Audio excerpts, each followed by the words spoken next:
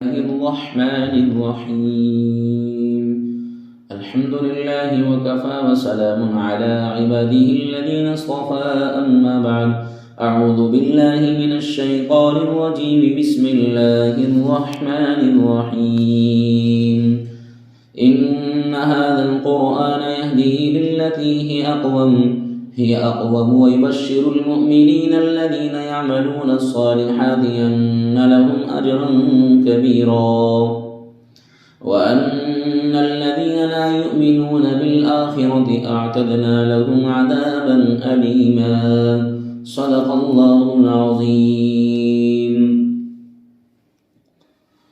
معزز سامعین، ماقبل کی آیات کی جو تفسیر تھی اس کا ماحصل، اس کا خلاصہ یہ ہے کہ اللہ تبارک و تعالیٰ نے آسمانی کتابوں میں بنی اسرائیل کے متعلق یہ فیصلہ فرما دیا تھا کہ وہ جب تک اللہ رب العزت والجلال کی اطاعت کریں گے تو اللہ تبارک و تعالیٰ انہیں دونوں جہاں میں کامیاب رکھیں گے، اور جب کبھی وہ دین سے انحراف کریں گے، دین سے پھر جائیں گے، دین کو چھوڑ بیٹھیں گے، تو اللہ رب العزت والجلال ان کو ذلیل و خوار کر دیں گے. اللہ ان کو ذلیل و خوار کر دیں گے اور ذلیل و خوار ہوں گے وہ. اور یہ نہیں، دشمنوں کے ہاتھوں ان پر مار بھی پڑے گی اور بربادی ہوں گے، بلکہ بربادی نہیں، ان کے قبلہ بیت المقدس بھی دشمن کی زد میں آ جائے گا. دشمن ان کے قبلے میں گھس کر اس کی بے حرمتی کریں گے، توڑ پھوڑ لوٹ کھسوٹ مچائیں گے، اور یہ بنی اسرائیل کی سزا کا ایک باب ہوگا. ماقبل کی آیات میں آپ نے بنی اسرائیل کی شرارتوں کا ذکر سنا، جو گزشتہ 2-3 روز پہلے درس دیا تھا، تو اس میں بنی اسرائیل کی شرارتوں کا، نافرمانیوں کا ذکر تھا.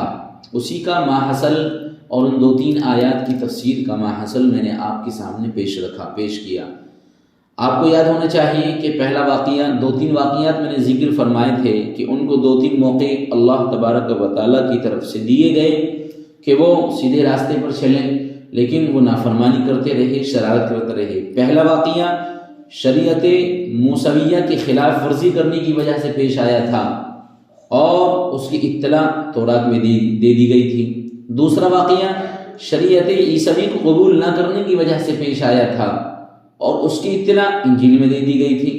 اور آج بھی یہ یہود و نصارہ اور یہود آج بھی نافرمانی پر اترے ہوئے ہیں. تیسرا دور شریعت محمدیہ کا ہے، پہلا شریعت موسویہ، دوسرا شریعت عیسوی، تیسرا شریعت محمدیہ کا ہے جو قیامت تک چلے گا.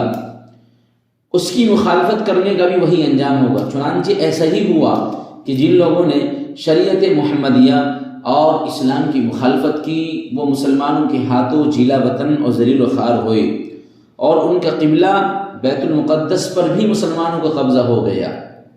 تو اس طرح یہ ان کی نافرمانی اور شرارتوں کی وجہ سے اللہ تبارک و تعالیٰ نے ان کے ساتھ یہ معاملہ کیا.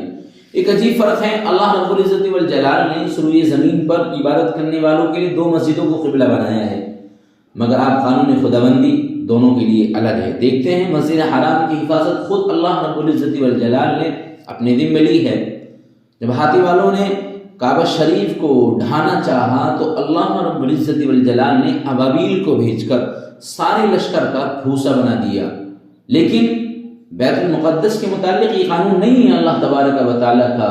جب مسلمان گمراہی اور معاصی میں مبتلا ہوں گے تو ان کی سزا کے طور پر ان سے یہ قبلہ چھین لیا جائے گا اور کفار اس کے اوپر غالب آ جائیں گے. بیت المقدس کے موجودہ جو حادثہ فاجعہ ہے مسلمانوں کے لیے ایک عبرت ہے. بنی اسرائیل کے واقعات قرآن کریم میں بیان کرنے کا ایک مقصد عزیزو یہ بھی ہے کہ مسلمان سمجھ لیں کہ وہ بھی اس قانون خداوندی سے مستثنی نہیں ہے. دنیا میں ان کی عزت و شوکت اللہ کی اطاعت کے ساتھ وابستہ ہے. جب وہ اللہ اور رسول کی اطاعت سے انحراف کریں گے، ایک طرف ہو جائیں گے، تو ان کی دشمنوں کو ان پر مسلط کر دیا جائے گا، جن کے ہاتھوں ان کی مساجد کی بے حرمتی ہوگی. یہی ضابطہ اللہ تبارک و تعالیٰ نے ہر ایک قوم کے لیے پیدا فرمایا. ساری قوم کے لیے یہی ضابطہ ہے کہ اللہ اور وقت کے پیغمبر رسول کی اتباع کرو گے تو کامیاب ہو جاؤ گے، اور اللہ اور پیغمبر کی اتباع نہیں کرو گے تو یقین ماننا کہ پھر آپ نافرمان ہونے کے ساتھ ساتھ آپ تباہ و برباد بھی ہو جاؤ گے۔ تو آپ کو یہ ماقبل کی تفسیر اور ماقبل کا درس کا ماحصل اور خلاصہ میں نے آپ کے سامنے پیش کر دیا ہے۔ آج کی آیت ان ھذا القرآن یہدی للتی ہی اقوم، بنی اسرائیل کی یہ دو واقعے ہیں، یہ دو آیتیں ہیں جو میں نے تلاوت کی ہیں، اور اسی طرح یہ سبحان الذی اسری بعبدہ لیلا من المسجد الحرام جو 15واں پارہ ہے، اس میں یہ دونوں آیتیں ہیں بنی اسرائیل کی میں نے تلاوت کی ہیں۔ پہلے آپ ان کا رب سمجھے۔ شروع صورت میں جو معراج کے معجزے سے رسول کریم صلی اللہ علیہ وسلم کی شان رسالت کا بیان تھا۔ جب اس صورت کی ابتدا ہوئی تھی تو اس میں نبی علیہ السلام کی شان کا بیان تھا، شان رسالت کو بیان کیا، اس معجزے کو پیش کر کے معراج کو۔ ان آیات میں معجزہ قرآن سے جو قرآن کا معجزہ پیش کیا جا رہا ہے اس کا ثبوت ہے، اس واقعے کا، اور شان رسالت کے لیے ایک ثبوت کے طور پر اللہ تبارک و تعالی نے ان کو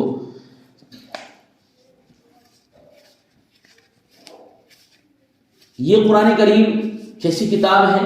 ان ھذا القرآن یہدی للتی ہی اقوم ویبشر المؤمنین، یہ اللہ تبارک و تعالی فرماتے ہیں کہ جب بنی اسرائیل اور یہودی نافرمانی پر جمے رہیں گے تو اللہ تبارک و تعالی ان کو تباہ کر کے ان کے بعد ان کی جگہ دوسری امت کو کھڑا کیا جائے گا۔ اللہ تعالیٰ دوسری امت کو کھڑا کر دیں گے کہ وہ دینی قیادت اللہ تبارک و تعالیٰ منتقل کر دیں گے، اور جو نئی امت ہوگی، جو دوسری امت کو اللہ پیدا فرمائیں گے اور دوسری امت کو اللہ منتقل کریں گے دین کے لیے، تو یہ امت حامل قرآن بن کر دنیا کے سامنے آئے گی۔ وہ قرآن کی ہدایت کے مطابق دنیا کی رہنمائی کا فریضہ انجام دے گی۔ یہ قرآن کریم کیسی کتاب ہے، اس کے تعلق سے اللہ تبارک و تعالیٰ فرماتے ہیں بے شک یہ قرآن وہ راستہ بتاتا ہے جو نہایت سیدھا راستہ ہے، یعنی منزل مقصود تک پہنچنے میں قریب بھی ہے، آسان بھی ہے، اور خطرات سے، دشواریوں سے پاک بھی ہے۔ سمجھیں؟ ان ھذا القرآن یہدی للتی اقوم، طریق اقوم اللہ تعالیٰ ذکر فرماتے ہیں۔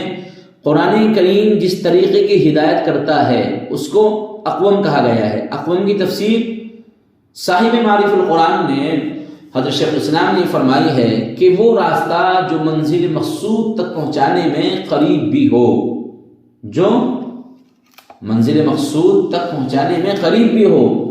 حضرت مفتی شفیع صاحب عثمانی رحمہ اللہ نے معارف القرآن میں اس کی تفسیر یہ ذکر فرمائی ہے کہ اقوم کی تفسیر یہ ہے کہ وہ راستہ جو منزل مقصود تک پہنچانے میں قریب بھی ہو، آسان بھی ہو، اور اسی طرح خطرات سے خالی بھی ہو۔ قرطبی کے حوالے سے ذکر فرماتے ہیں۔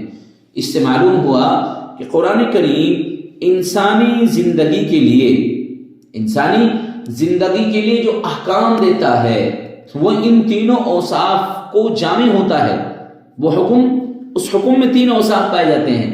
اگرچہ انسان اپنی کم فہمی اور کم علمی کی وجہ سے، اپنی کوتاہ فہمی کی وجہ سے بعض اوقات اس راستے کو دشوار یا پرخطر سمجھنے لگتا ہے، لیکن رب العالمین جو کائنات کے ذرے ذرے کا علم رکھتا ہے، اور اسی طرح ماضی اور مستقبل اللہ کے سامنے یکساں ہیں، برابر ہیں، وہی اس کی حقیقت کو جان سکتا ہے کہ انسان کا نفع کس کام اور کس صورت میں زیادہ ہے۔ اور خود انسان جو کہ مجموعی حالات سے تو واقف نہیں ہے، وہ اپنے بھلے برے کو بھی پوری طرح نہیں سمجھ سکتا ہے، پہچانتا ہے۔ اسی وجہ سے وہ بعض مرتبہ قرآن کریم کے حکم کو پرخطر سمجھنے لگتا ہے اور دشوار سمجھنے لگتا ہے، حالانکہ ایسا نہیں ہے۔ انسان کا نفع اللہ نے اسی راستے میں چلنے میں ہے جو قرآن کریم بتاتا ہے۔ قرآن کریم ان مؤمنین کو جو نیک کام کرتے ہیں خوشخبری سناتے ہیں کہ ان کو بڑا ثواب ملنے والا ہے۔ وَيُبَشِّرُ الْمُؤْمِنِينَ الَّذِينَ يَعْمَلُونَ الصَّالِحَاتِ أَنَّ لَهُمْ أَجْرًا كَبِيرًا۔ اللہ تعالیٰ فرماتے ہیں کہ اللہ قرآن کریم مؤمنین کو جو نیک کام کرتے ہیں خوشخبری سناتا ہے، ان کو بڑا ثواب ملنے والا ہے۔ لہذا جو لوگ کامیابی اور نجات اور فلاح کے خواہش مند ہیں وہ اس سیدھی راہ پر چلیں، قرآن کریم جو دکھاتا ہے راستہ، اس سیدھے راستے پر چلیں۔ اگر وہ لوگ ایمان اور عمل صالح اختیار کریں گے اور قرآن کریم کے بتائے ہوئے سیدھے صاف کشادہ راستے پر چلیں گے تو ان کو دنیا میں اللہ تعالیٰ حیات طیبہ نصیب فرمائیں گے، ان کو بہترین زندگی نصیب ہوگی، اور آخرت میں جنت کی ہمیشہ ہمیشہ کی نعمتیں میسر آئیں گی۔ اور آگے فرماتے ہیں اللہ وَأَنَّ الَّذِينَ لَا يُؤْمِنُونَ بِالْآخِرَةِ أَعْتَدْنَا لَهُمْ عَذَابًا أَلِيمًا، اور ان لوگوں کو جو آخرت پر ایمان نہیں رکھتے خوشخبری سناتا ہے اللہ تبارک و تعالیٰ کہ ان کے لیے اللہ تعالیٰ نے دردناک سزا تیار کر رکھی ہے۔ اور ان لوگوں کو جو آخرت پر ایمان نہیں رکھتے ہم نے ان کے لیے ایک دردناک سزا تیار کر رکھی ہے۔ اللہ تعالیٰ فرماتے ہیں ان کے لیے دردناک سزا ہے، یعنی جو لوگ انجام سے بے خبر ہو کر دنیا کی لذتوں و شہوتوں میں غرق رہیں گے اور آخرت کی فکر نہیں کریں گے، ان کو دنیا میں زندگی ان کی ایسی ہو جائے گی کہ آخرت میں دنیا میں بھی وہ نقصان اٹھائیں گے اور آخرت میں وہ دردناک عذاب سے دوچار ہوں گے۔ کچھ فضائل ہیں قرآن کریم کے۔ مفسر قرآن حضرت ابن عباس رضی اللہ تعالیٰ عنہ فرماتے ہیں جو شخص قرآن پاک سیکھے پھر قرآنی ہدایات کی پیروی کرے تو اللہ تبارک و تعالیٰ اس کو دنیا میں گمراہی سے بچاتے ہیں، اور قیامت کے دن سخت داروگیر سے اللہ اس کی حفاظت فرمائیں۔ سمجھے؟ علی رضی اللہ تعالیٰ عنہ فرماتے ہیں کہ میں نے رسول اللہ صلی اللہ علیہ وسلم کو یہ ارشاد فرماتے ہوئے سنا کہ ایک بڑا فتنہ آنے والا ہے۔ میں نے عرض کیا، حضرت علی فرماتے ہیں یا رسول اللہ اس سے بچنے کی کیا طریقہ ہوگا، کیا راستہ ہوگا؟ آپ صلی اللہ علیہ وسلم نے فرمایا اللہ کی کتاب اس فتنے سے بچا سکتی ہے۔ کیوں؟ اللہ کے نبی نے فرمایا اس میں گزشتہ امتوں کے ایسے سبق آموز واقعات ہیں اور آئندہ کے لیے ایسا اللہ کی طرف سے اطلاعات ہیں، اور جو زمانہ چل رہا ہوگا حال کے لیے اللہ کی طرف سے فیصلے ہیں۔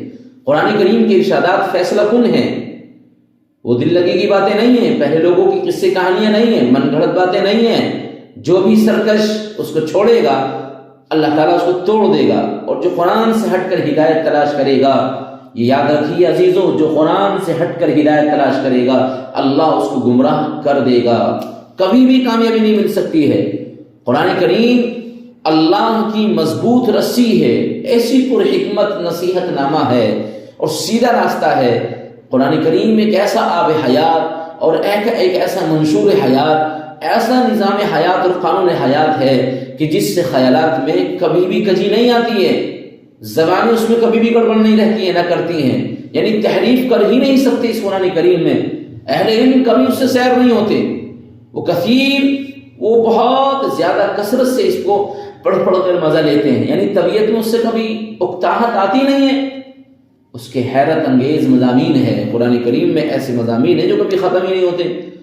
قرآن کریم کی شان یہ ہے کہ جب اس کو جنات نے سنا تو بے اختیار پکار اٹھے، ہم نے ایک عجیب قرآن سنا ہے، اور اوحی الی انہ استمع نفر من الجن فقالوا انا سمعنا قرآنا عجبا۔ فرماتے جو بھلائی کی طرف رہنمائی کرتا ہے ہم بھی اس پر ایمان لے آئے۔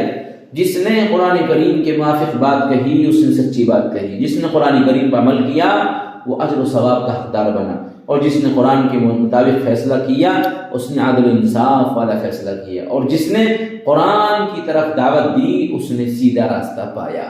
یہ قرآن کریم کے تعلق سے چند باتیں جو میں نے عرض کی ہیں۔ اللہ تبارک و تعالی عمل کی توفیق عطا فرمائے، اللہ قرآن سے سچی محبت اور اللہ سے اچھا عشق پیدا فرمائے۔